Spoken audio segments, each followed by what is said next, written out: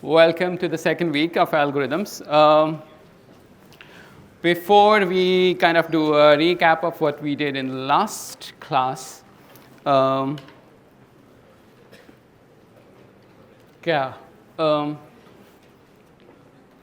just testing one last time. Can you guys hear me at the back? Yes? Yes? Okay. Raised hand at any point if voice is an issue, okay? Cool. Couple of announcements. Since there isn't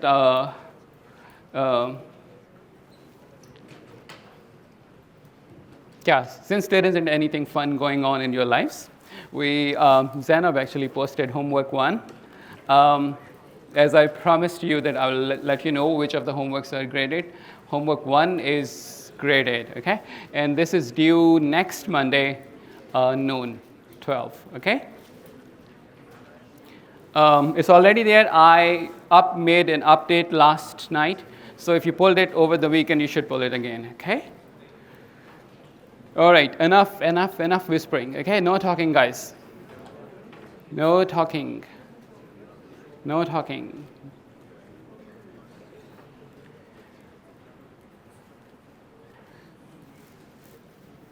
Okay. Second announcement, we are going to have a worksheet today towards the end of the class, which is going to be online. You're going to need your computers for that. If you don't have a computer, find a buddy who's going to let you use his computer, because it's a pair-based activity. So you will pair with someone and do it and submit it together with them, okay? What else? Midterm 2 is confirmed. It's going to be on Friday, March 27th at 6:30 p.m. Midterm 1 is yet not confirmed. I'm going to confirm it hopefully by Wednesday, okay? You guys keep it down. All right. All right, here's a big picture of what we have done so far and where we're going. We agreed on the definition of an algorithm. We said that algorithms is a set of instructions, irrespective of the implementation details, which come with the programming language.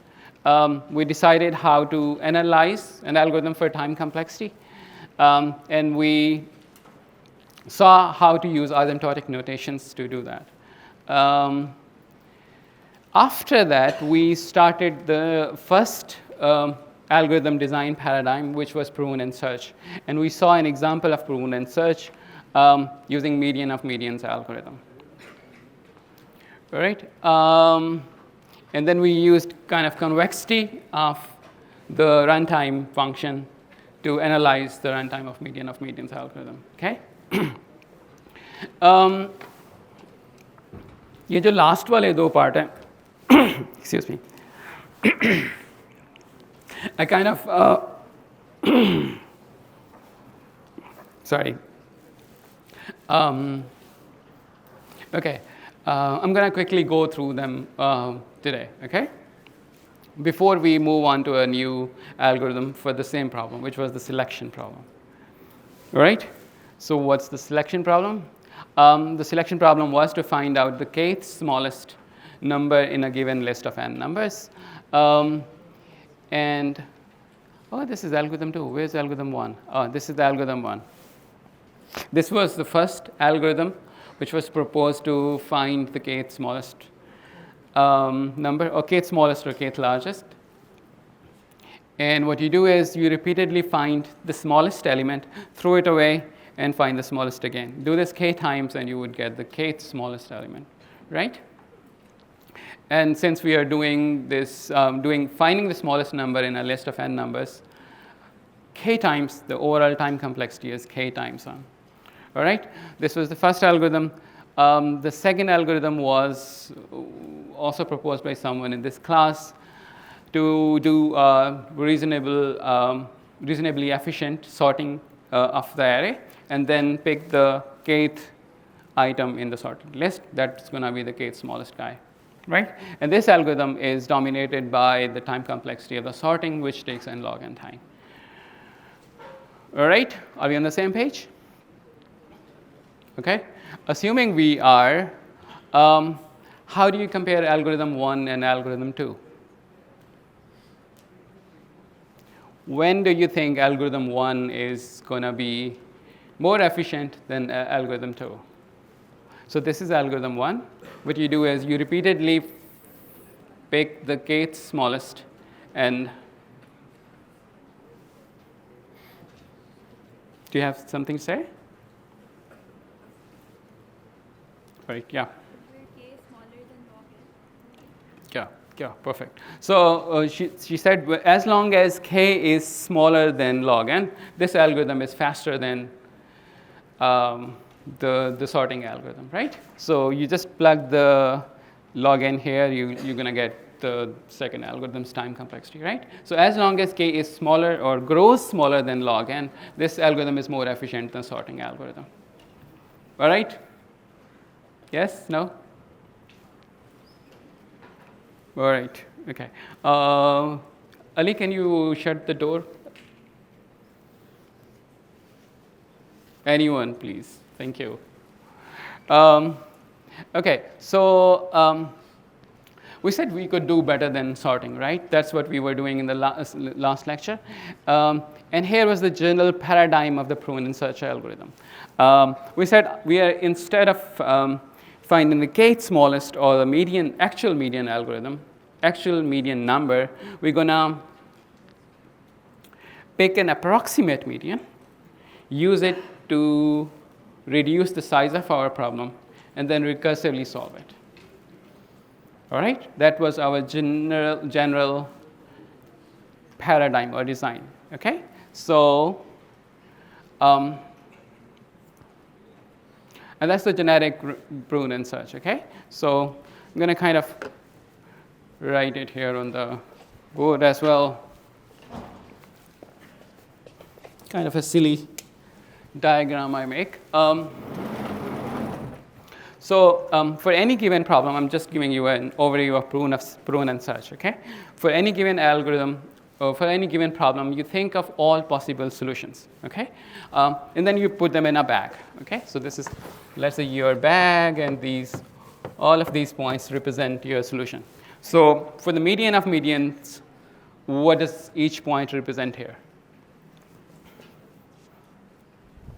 So assume that your numbers are, let's say, 21, 34, 45, and 0. Then each of these points represents one of these numbers. Okay? Because each of these numbers is a possible solution to your problem. Your problem is to find the kth smallest number. Each one of them can be, as long as you haven't figured it out yet, each one of them can be a possible answer, right? So you put them in a bag. If your problem is, for example, to sort the numbers, let's say now you have 2, 4, and 0. And your problem is to sort it. What would each point in here look like?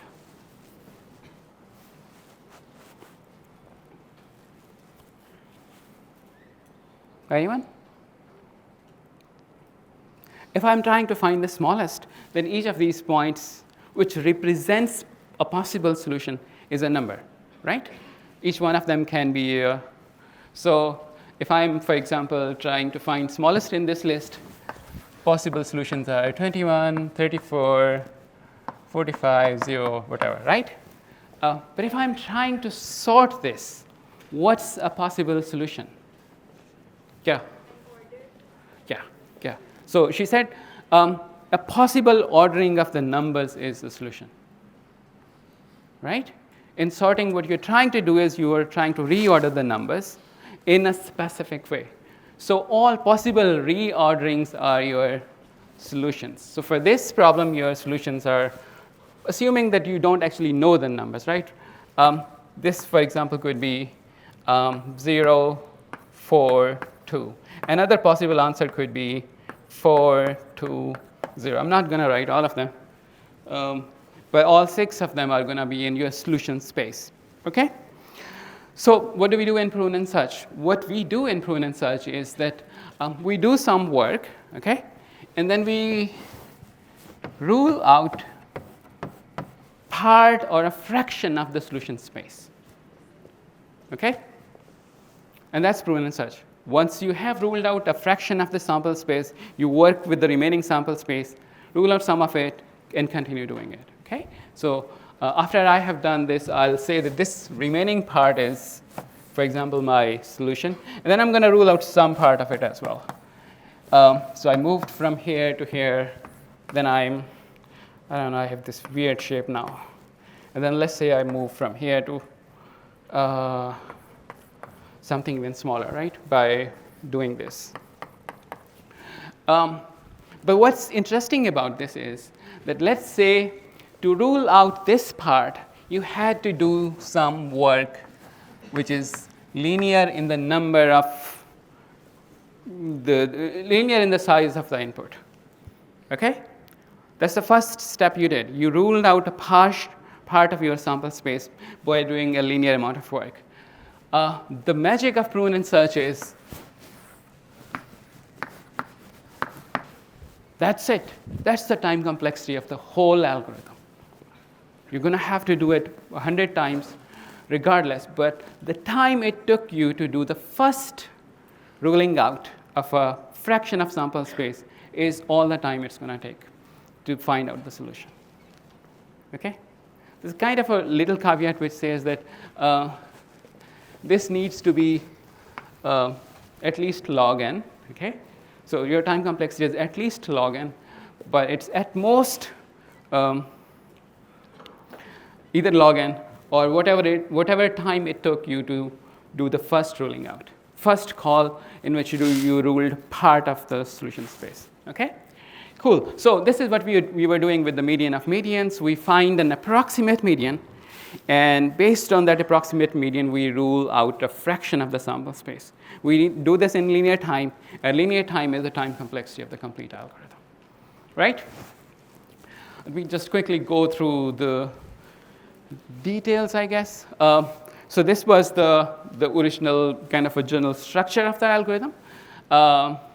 You rule out this part, then you rule out this part, and then you rule out this part, and so on. Ultimately, you find the right answer. All right, so that's Prune and Search. Does anyone have any other example of a Prune and Search algorithm? I'm 100% sure you have seen one in data structures, I guess. Yeah. Absolutely, absolutely. When you're doing binary search in an array, you're doing exactly Prune and Search, right? You rule out half of the sample space, and then you work on the remaining half. You rule up half of the remaining, and then you repeatedly do that, okay? In that case, the amount of time that you spend ruling out the first half is constant, right? You compare the element that you're looking for with the middle element, and that gives you the part that you can rule out, right? But since that is less than log n, your overall time complexity is log n. Okay. So I'm assuming that's your problem, that you are given a sorted list and you have to find a number. Then you do actually the Prune and Search. Yeah. Yeah. How exactly does this come to O of n if, for example, because our array size is going to be n, Yeah. like our input size is going to be n, the number of times we do Prune and Search will depend on how big our array is. So isn't there some factor being multiplied with the linear time?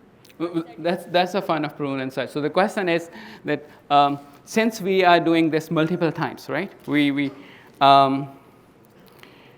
remove a chunk, then we work on the remaining, we remove a chunk. The number of times you have to remove a chunk depends on the original size of the array, and also how big the chunk is that you are removing, right?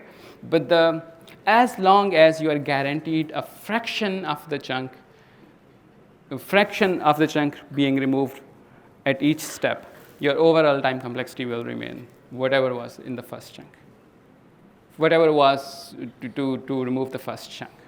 Okay? And we'll see that details for that for the median of medians algorithm specifically. Okay? All right, so the work we wanted to do was based on the first step, which is Everything else is very, I don't know. I think this is pretty much clear, right? Right? The way we move on once we know what an approximate median is, right? What we do is we compare the approximate with everything in the list. Everything that's smaller than the approximate median goes to the left. Everything that's larger goes to the right. And we just figure out whether we have to recurse on the left or on the right. Right? That's what we do. All right. So this is how we find out the median, the approximate median, which is also the median of medians. We split the array into groups of 5. We find the median of each group. And then we recursively find the median of those medians. Okay? And this turns out to be the approximate median. Last time I told you the definition of approximation. The definition of approximate median is that it's larger and smaller than at least a fraction of the numbers, right? Okay, but we need a specific fraction to make it work for the selection algorithm. Okay, so splitting an array into groups of 5 takes constant time. You don't have to do anything. How long does it take to find the median of each group?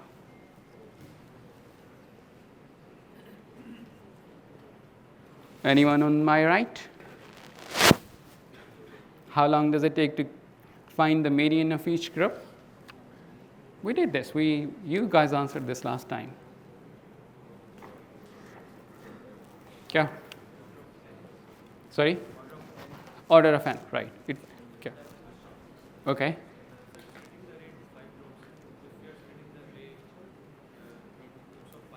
Yeah. Right.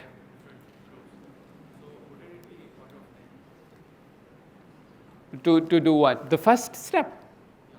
So what I'm saying is, so the question is why the first step is constant time. So the thing is, to divide an array into groups of 5, you don't actually have to move them into specific groups. You can just assume that my first group is going to be from 0 to 4.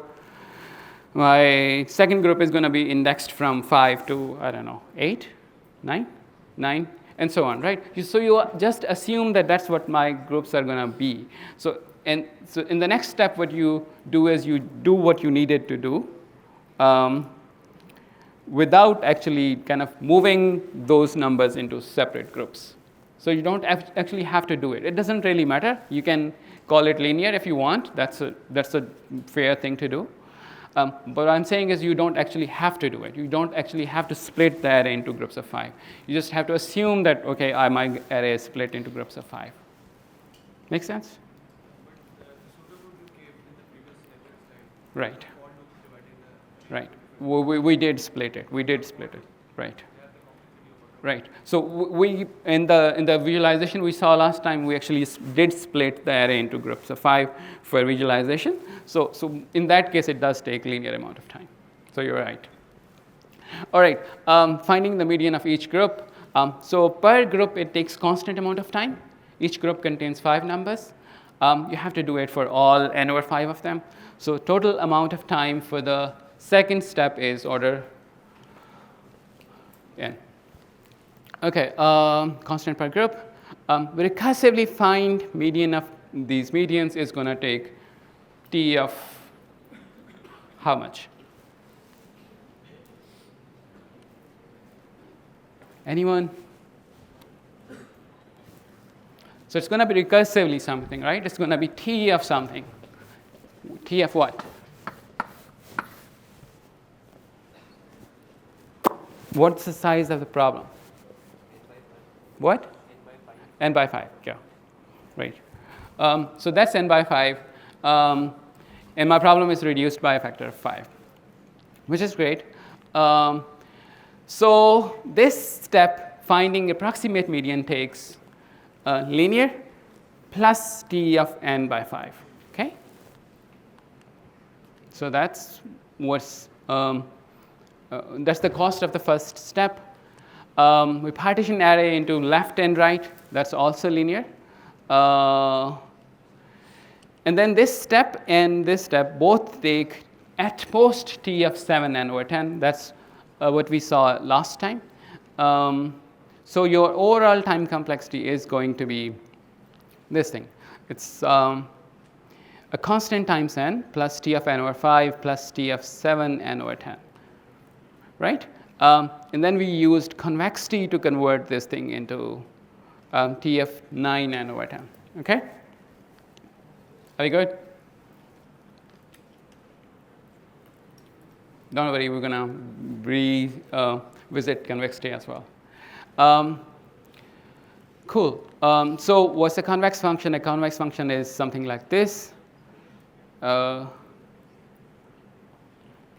way I visualize convex function is, it looks like a smiley, right? A concave function looks like a frown. Okay, so the line segment connecting any two points on the convex function would lie on or above the curve. And we saw that this gives us this nice thing, which is that f of alpha a is less than equal to alpha times f of a. You can remove any factor alpha out if you assume that the time required on a zero size input is 0. Okay? And then we proved the super-additivity of convex functions by doing this. So I multiplied x with 1 and y with 1, and then I removed x over x plus y. So I assumed that alpha is basically x over x plus 1. And that gave me this, that f of x plus f of y is less than equal to f of x plus y. This is what we needed, right? We have f of n over 5 and f of 7 n over 10, and we wanted f of 9 over 10. All right. So we have this, and what do we do after this? I think you learned how to deal with these recurrences in your previous courses. Also, I think some of this was covered in the tutorials as well. But a nice way to look at this is a geometric series. So all of this turns out to be just t of n is equal to big O of n. Okay? So to answer your question, why it turns out to be this is because it's fractionally decreasing at each step. So the total number of steps are going to be logarithmic, but at each step, the problem size is decreasing, which means it turns out to be, so you only add a factor of 10 over 9. All right? That's pretty much the summary of what we did last time. Do I have anything else? Yeah, so that's the conclusion, that this algorithm, which is a Prune and Search algorithm for finding the median of medians, or finding the median and solve the selection problem, is a linear time algorithm.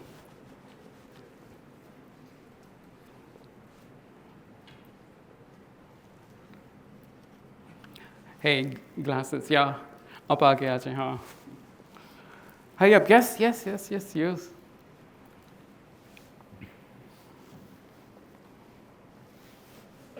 What's your name? Hamza, okay. Hamza, this is your permanent seat for this semester, okay? This is reserved for Hamza. No one is going to take his seat. All right. Cool.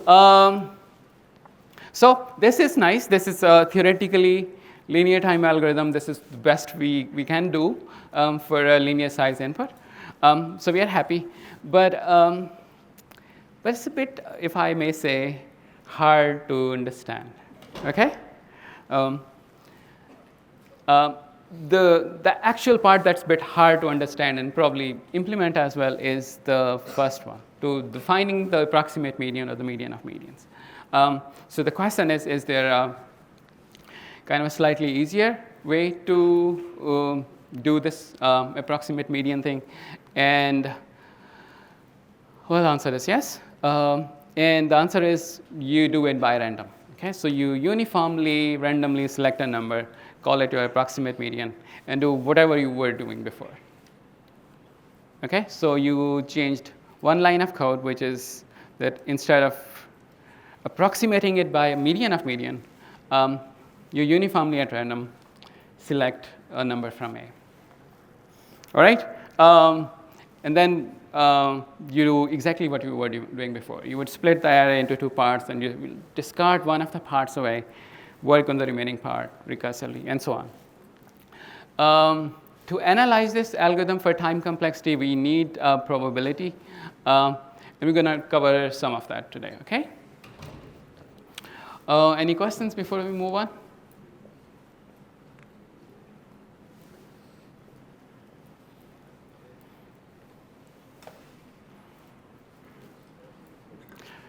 Yeah, sorry. Yeah? You can definitely do it. So the question is, if the list given to you is already sorted, then you can just pick the kth element directly in constant time, right? So the assumption is that list is not sorted. We are not assuming that the list is already sorted, right? So that's where this algorithm works. We don't know that list is sorted. How do we identify which element is smaller and which element is? If it's not sorted, we compare them. So the bound I gave you is this bound. This bound is the number of comparisons it takes to find the median. So it takes linear amount of comparisons to find the median of medians. Okay? That's the main thing that we do. We compare elements, mostly here and also somewhere here. Okay? So that's the most of work being done. When we compare an element with everything else, that's the number of comparisons we are counting. So we don't assume the list to be sorted. Yeah? If all the numbers are the same, it's going to work anyway, right?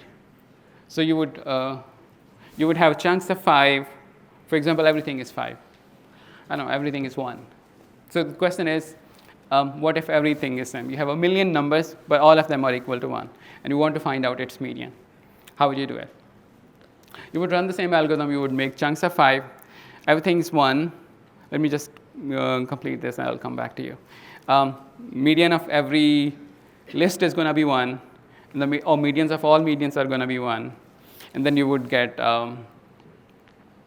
now you have to compare what's less than 1 and what's smaller than 1.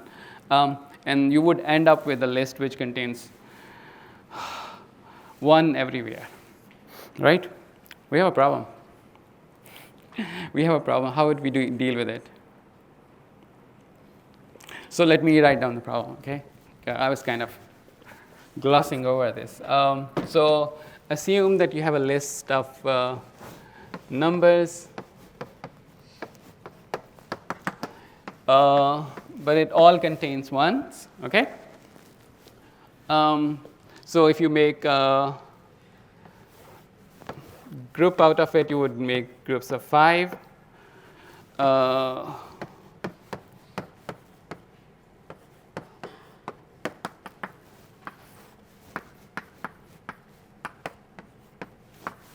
From all this activity, you would realize that your median of median is 1, right? And now what you do is you use this partition thing, which gives you, what do I do here? Elements less than G or elements greater than G. Okay. So L would be empty. Empty. R would be empty. Size of L is not equal to K. Size of L is not greater than K. And I'm going to recursively call select on R, which does not contain anything, right? So I'm not going to return anything. You have an answer to this question? Anyone has an answer to this question? We will add an extra condition. Okay. That we check if x equal as 1. So where should I add it? L, R, and Over here? Okay, cool. So I'm going to call, for example, C. If it's equal to your median. Okay, so you would end up everything in C, right? You would end up with everything at C. Yes? So what do we do next? You have an answer to this? Yeah? Yeah?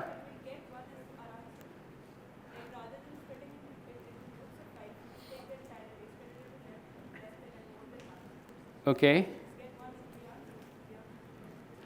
Okay, so she's trying to convince me of the answer, and I'm just missing some point here. So what she's saying is that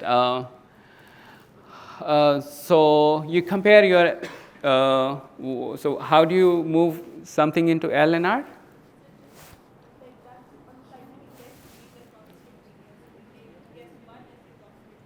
We guess one as an approximate medium, yes?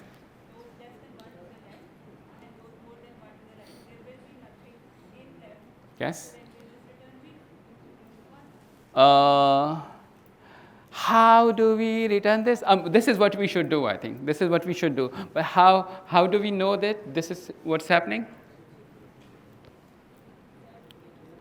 So, so here is one possible answer, okay? And I don't know if it's going to work or not, okay? So,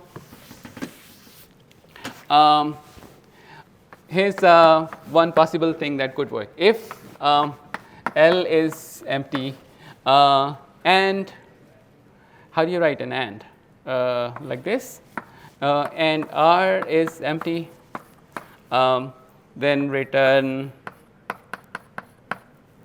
G.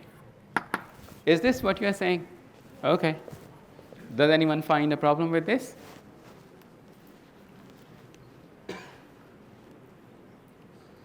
This should work, right? This, if L is empty and R is empty and there is something in G, which means that everything is equal to G, right? Okay. There should be some more systematic way to do it, but I'm gonna, yeah.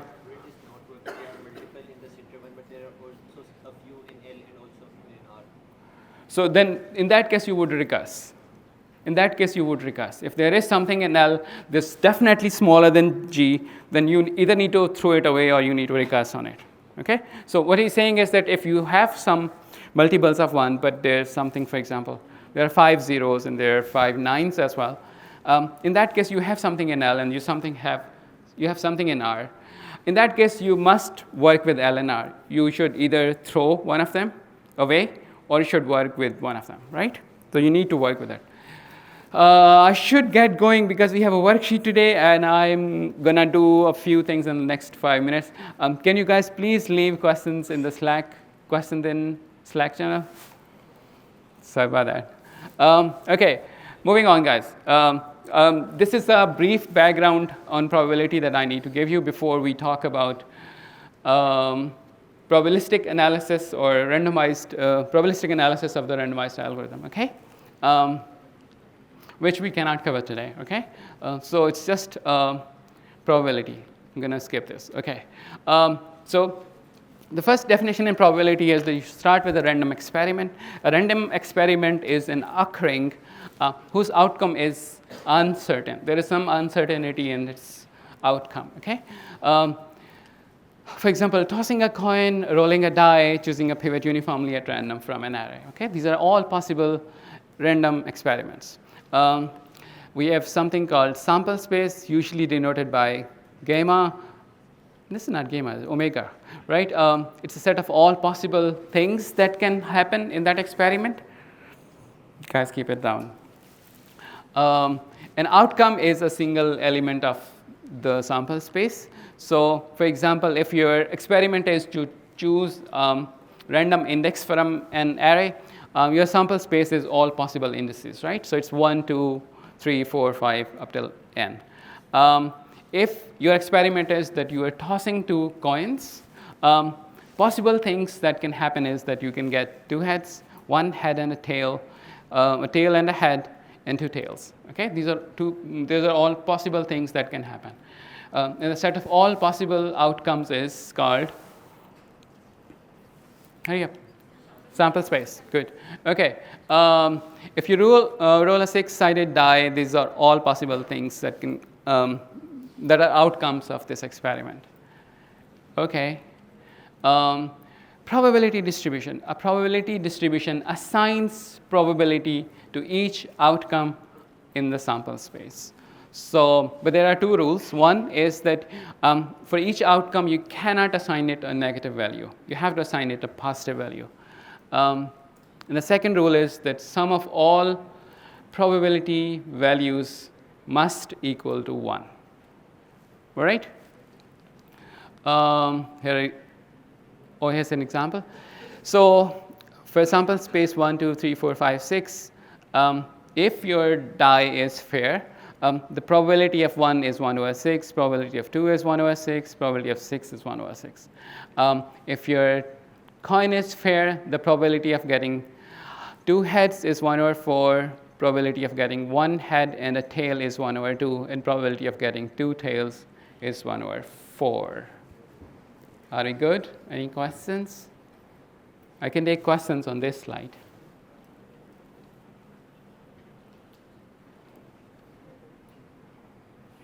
Bolo?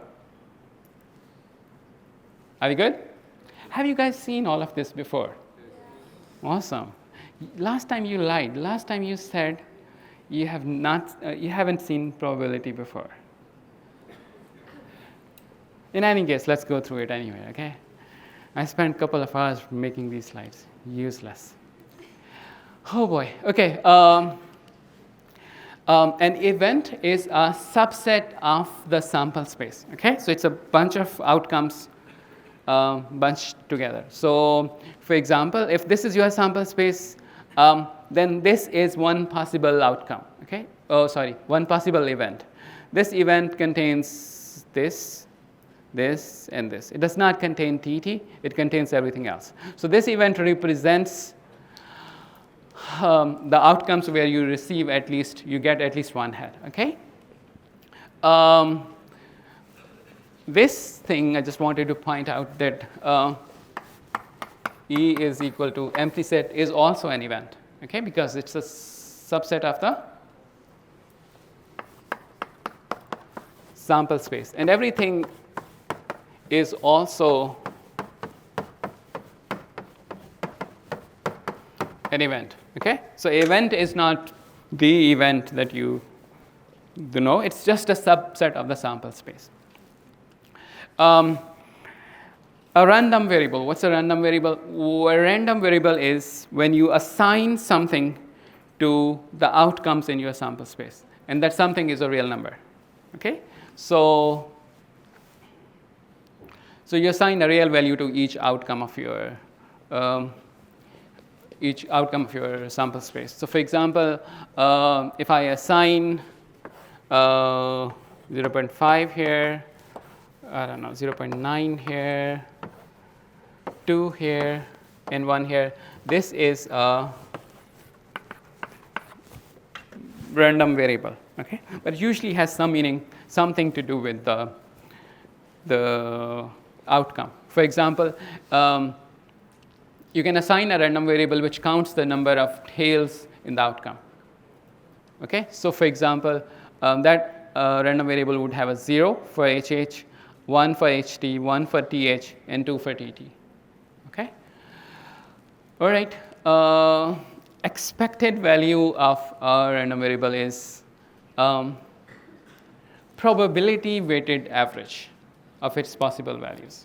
Okay, and here's the formula. What you do is you take its value from its range and multiply it with the probability of x, capital X being equal to small x. Okay, so capital X here is a random variable. A small x is a possible value of that random variable. Okay, let me quickly do it here. So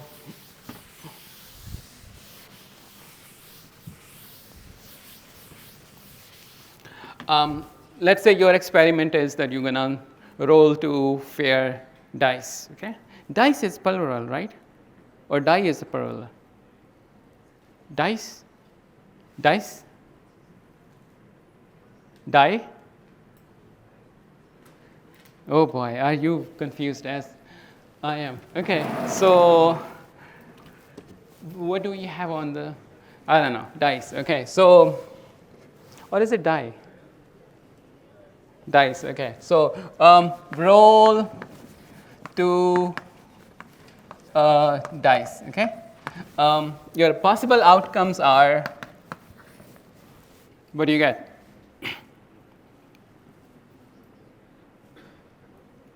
Boldo? Anyone? Raise hand and start speaking. If you roll 2 dice, what's the possible things that you can get? Kya? Sorry, what? 1, 1, kya? Kya? You can get a 1, 1. Awesome. Thanks. So you can get a 1, 1. You can get a 1, 2. You can get a 1, 3. You can get a 1, 6. All the way to 6, 6. There are 36 possible things that can happen. Okay? If everything is fair, the probability of all of this happening is 1 over 36 for each outcome. Okay? Now let's assume I'm going to define a random variable, which is sum of the 2 dice values. All right? This is a random variable. This assigns a real number to each outcome. So for example, for this one, x is equal to 2. For this one, it's 3. For this one, it's 12. Okay? What's the range of x? What's the possible values x can take? What's the smallest value x can take? 2. So you can get 2, 3, 4, up till 12. Okay? Now you want to compute its expectation. Expectation of x is that thing. Okay? So it's 2 times the probability that x is equal to 2 plus 3 times the probability that x is equal to 3, and so on. Okay? You compute this, and this turns out to be, if I remember, this turns out to be 3.5. Not sure, but this, if you do the math, you'll see that it's turned out to be maybe 3.5. All right? Any questions before we start doing the? I think I have one more slide, which is the nice thing about expectation is the linearity. That if you have 2 random variables, expectation of their sum is equal to sum of their expectations. Okay? Independent of whether the events were dependent or independent.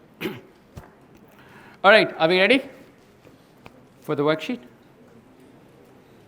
All right, find your partner.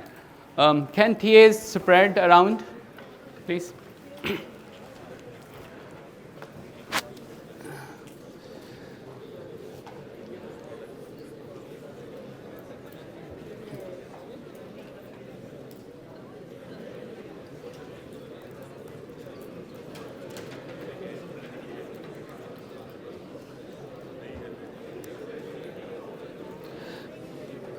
Okay, I shared the link in the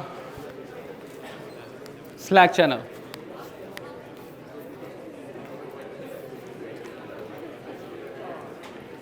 Hurry up, guys, we have limited time. You have to submit it before you leave the classroom.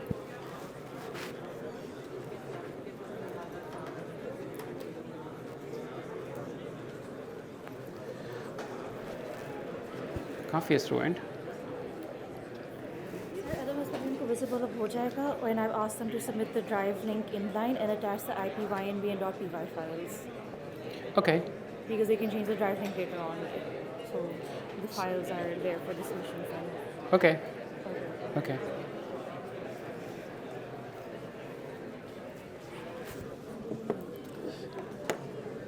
Where do I see this? Do they have the link?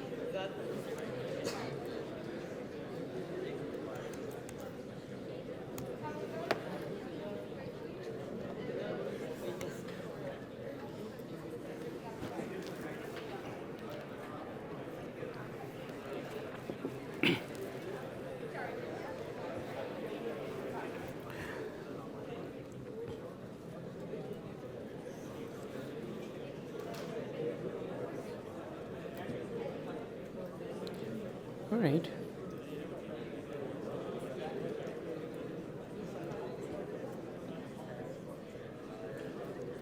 All right, everyone on this link? No? Find a TA if you need help. Find a TA if you need help. You should be on this link in next 30 seconds or so.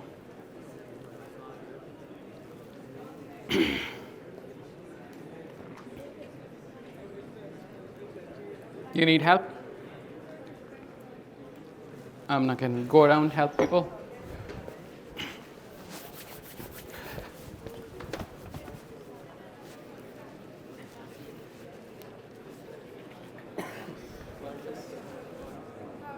Are you on the link? You can't open the link? You go to, I don't know, discussions. How many people are on the link? Raise hands. Oh. No one's on the link. Okay, there's one.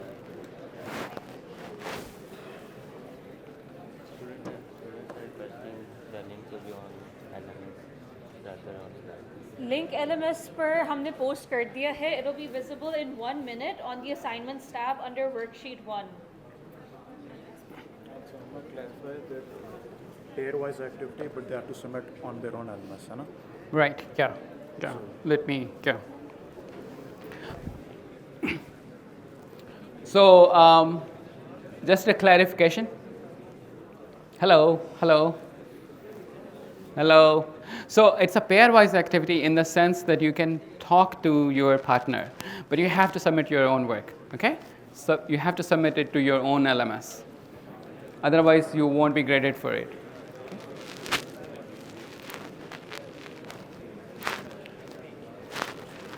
So they cannot see the link on the Slack? I think you sent it on the TA's group. Did I?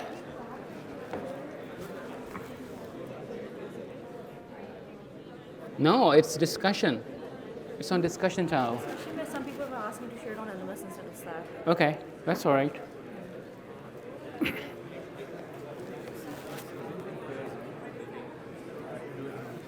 You can do it in pairs, just for the discussion, but you have to submit your own individual.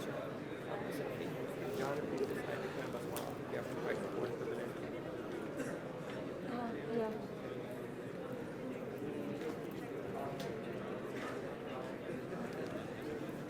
Okay, I assume everyone is there. Oh boy. Are you there? You need help? Your internet is not working? That's a nightmare. LMS isn't letting me set the deadline for the same day at a different time. इसको I think एक दिन आगे का करना होगा. Internet was slow, I guess इनको थोड़ा time देना पड़ेगा. Okay. If internet is slow, they have to download like around 200 MBs. No, it's not 200. So, they, Libraries, right? yeah. It's not 200, is it?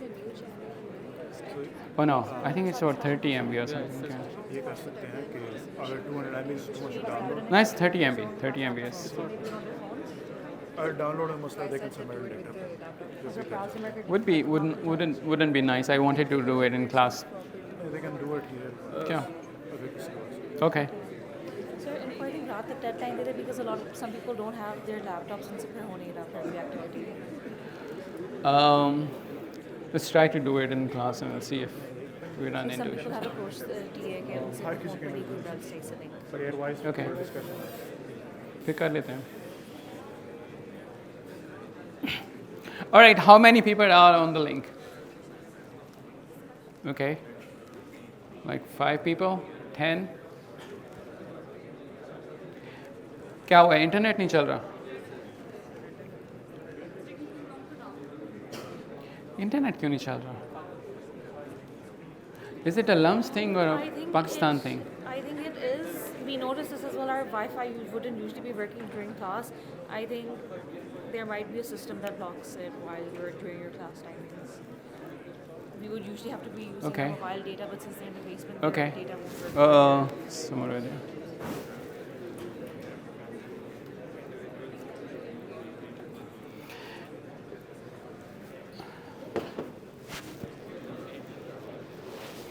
All right, the people who are there on the link.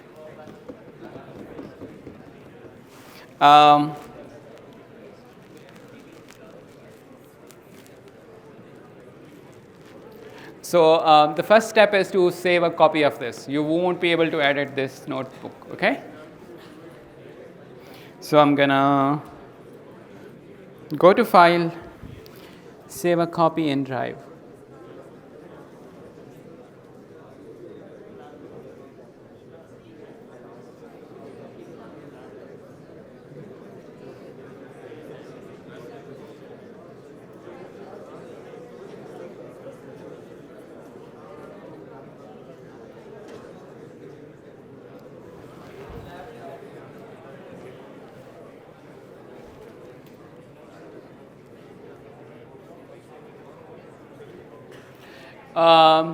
If you have made the copy of the notebook,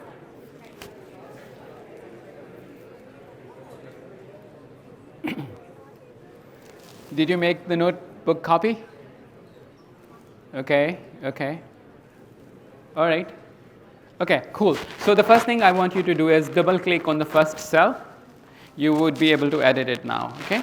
And what I want is I want you to write your name and ID here, okay? So I'm gonna put this here, should be here. I don't know what's my ID is. I don't know, 0015, okay? Once you have done this, do a Shift Enter, and it will compile into this nice thing. After that, you come to this first cell, which contains Python code. Oh, okay, sure.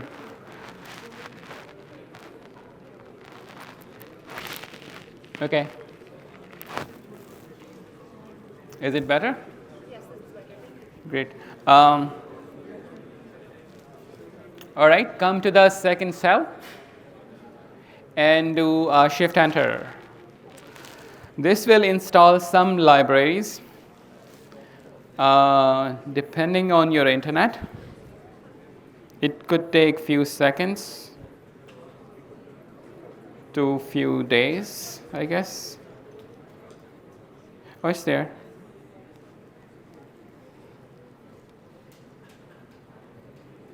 It's working for me. I'm using the same internet as you guys are.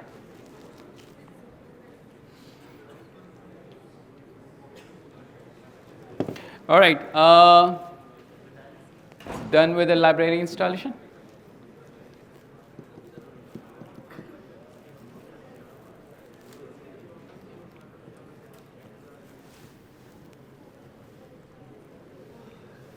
All right, seek help if you need it.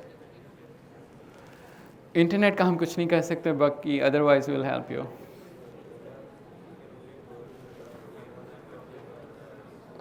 Okay, where are the अभी तक जिस country का मसला है can they raise their hands? Okay, internet issue, raise hands. Internet issues. Okay. Can you guys go see whether it is actually an internet issue? Sir उनको बोले कि LUMS से कनेक्ट ना करें वायरलेस 2.4G से कनेक्ट करें that's right. I assume everyone is connected to wireless 2.5. Isn't it? You're connected to wireless, right? Wireless 5G or wireless 2.5G.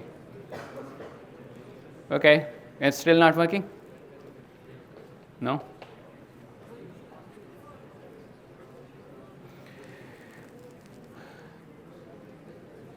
Okay. So मैं उसका deadline को extend कर दिया था 11:55 PM तक रात को. We'll get some time, or we can pass an attendance sheet to Okay. see who was present today, or उनको यहाँ slide board prep activity करा दें, and then they can Sure. see it after class. Sounds good. Okay, since we are running out of time, would you stop the chatter a bit? Guys, okay, so we are extending the deadline. You'll have midnight, till midnight to submit it. Wow.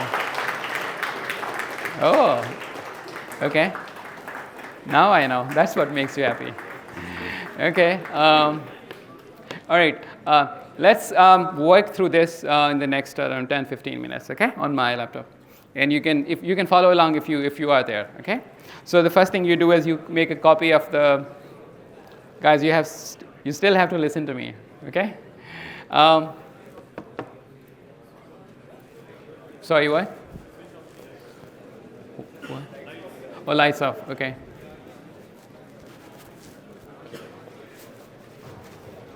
Thank you.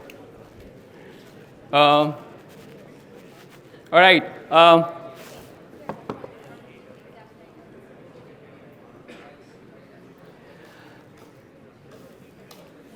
Did you turn everything off? Okay. Let's find someone to.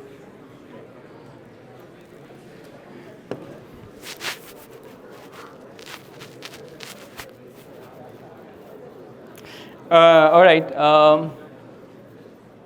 It's all right. It's okay. It's okay. Don't worry about it.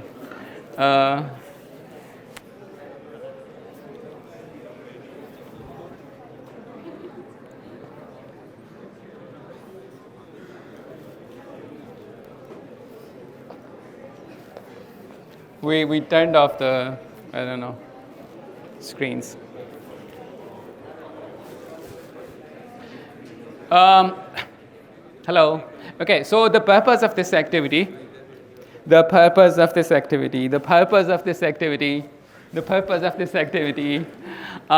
is, hello? Come on. So the purpose of this activity is to encode asymptotic notations in Python, but in specifically Z3 library. Z3 library lets you kind of write equations and then check whether those equations are correct or not. Okay? You add constraints and then you see whether whatever you are providing it follows those constraints. Right? We saw that we can write big O notations as an equation form. Right? We can say that if there exist two constants x, 0, and c, where f of n is less than or equal to c times g of n, for all values of n greater than n0, then whatever happens, right? Then big O notation is valid, right? If we can somehow encode that in there, we would be able to instantly find out whether a function f of n is equal to big O of g of n or not, right? That's going to be immensely useful to solve problems on your homework, right? Because now you can just plug in your two functions in there, and you would instantly know whether it's big O of g of n or not right away, okay? Similarly, you can do big omega of and big theta as well, all right? So the way we do it here is after you have installed the libraries, so you start a solver by doing this. S is equal to solver, assuming you know where I'm pointing out. Then you define a real number like this, and then you add constraint. So this is the constraint you added. You wanted to add 2x plus 5 is equal to 15. You write s dot add 2 times x plus 5 is equal to 15. Okay. You do this. You run it by doing shift enter. It's run, and then you can print it. It would just print the constraint that you added. Okay. There is a nice way to kind of print it, which is show solver. It's going to print it in a nice equation form, but that's it. Okay. And then you do s.check. S.check would output either a sat or unset. Sat means that it's satisfiable. Unset means it's not satisfiable. Okay. So if we go down a bit, so you have to do all of these cells. Okay, I'm skipping them to get you to the fun stuff, which is here. Okay, so this is the part where we kind of encode f of n is equal to big O of g of n, and this is the function. We define 3 real numbers. We are interested in n, we are interested in c, and we are interested in n0. We want c to be non-negative. Actually, this constraint isn't that important. I can comment it out. And this is the line that kind of is the crux of big O, right? It says that for all n, what we want is that C times G must be greater than or equal to F, right? That's what we learned big O was. If we write this, we can use this function later on to figure out, for example, okay, my screen is stuck now. Okay. So here is, so I have compiled it. So my function is here. And now I can use this to check, for example, whether n square is big O of n cube over 100 or not, right? So I define f as, so this is how you write n square. You write power n comma 2, okay? That's n square. Power n comma 3 is n cube. So you want to check whether whether f is big O of g. Let's see if it is. So it is, right? N square is big O of n cube over 100. Let's check whether g is big O of f. G is not a big O of n, okay? So n cube is not a big O of n square, okay? So that's how you just simply write it down to check whether something is big O of n. And that's the kind of one line that's the crux of it. Your goal is to figure out a similar line for big omega, okay? And try it on a bunch of functions. Since we are getting extra time, why don't you also do little o and little omega? Okay? Are you guys aware of little o? No?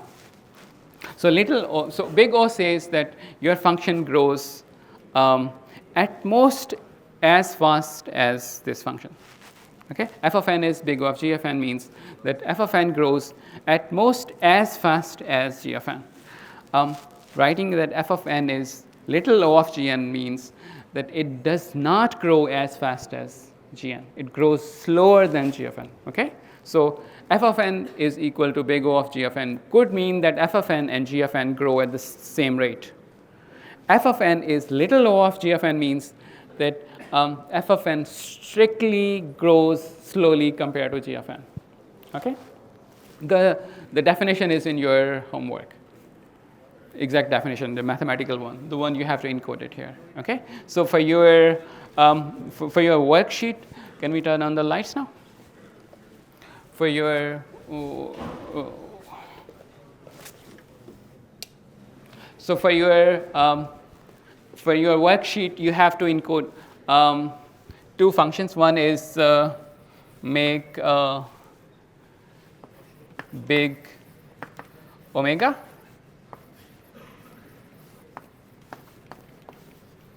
solver, and also make little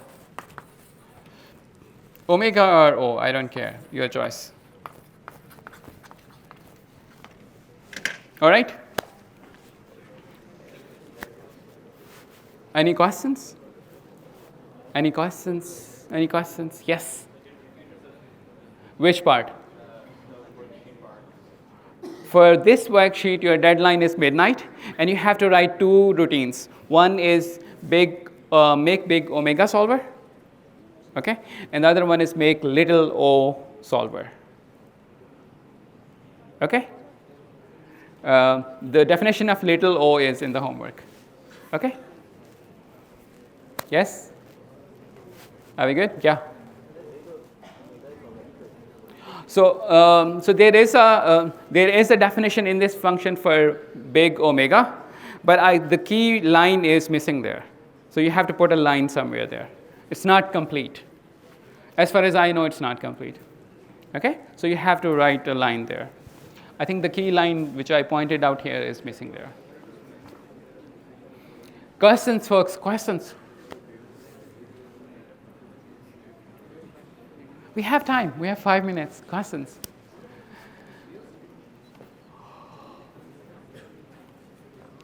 Any questions related to the lecture, not the worksheet? I'm open now. You had a question? Yeah, I think you had a question, right? Yeah. Guys, keep it down. Guys, keep it down. Give me just, I don't know, 4 minutes, okay? I'm out of here in 4 minutes. Oh, I'm skipping the slides fast? You want me to elaborate part of it?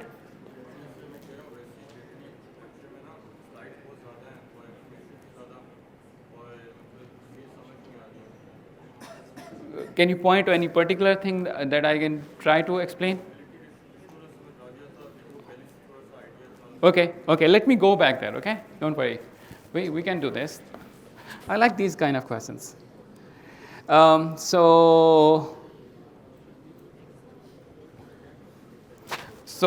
Okay. So you understood this part, right? You want me to go back? Guys, keep it down. Guys, keep it down, please. Please. Okay, go. The algorithm? This one?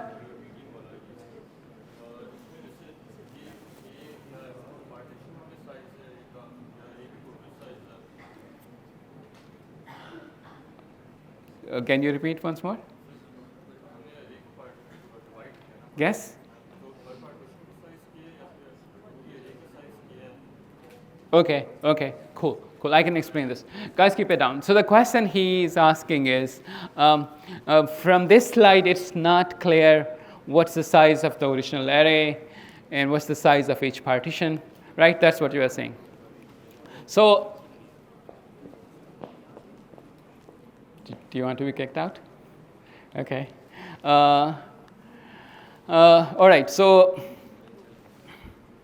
cool. I haven't written it on the slides, okay? So the assumption is the size of the array is n, okay? We assume that the size of the array is n. And then the size of L and the size of R is, it could be anything, right? But if you use median of medians, then we know that it cannot be more than 7n over 10. If the original array has n elements, then the one that we are going to recurse on is not going to be more than 7n over 10 elements. That we saw last time. Yes?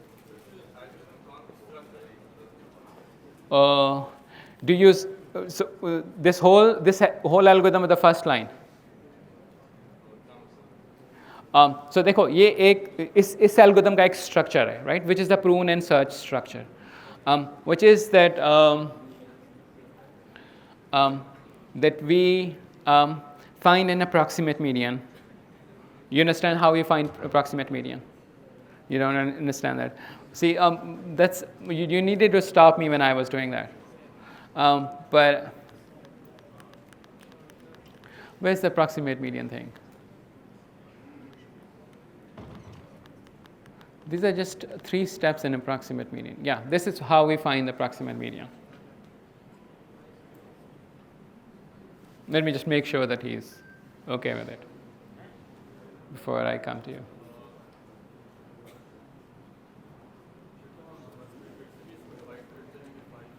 Right. So, so we divide it into chunks of 5. Sort each chunk, find its median. अब वो जो median मिले हैं ना, we'll find the median of those medians recursively. Okay. Now I understand when you come from a programming background and you have always done it in a concrete terms, writing it down for loop and everything.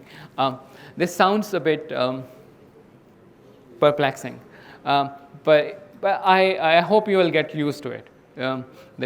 Without any stripping away a lot of implementation details, writing it just in English, but still be able to understand, okay, if I have to code it, how would I code it? Yeah. You had a question? The green chat, yeah. You want me to do an illustration of this? Did you watch the video I shared for this one? That video contains a really nice illustration at the end. I'm going to share the video again, okay? I spent like, I don't know, 150 hours making that video. Yeah. Questions?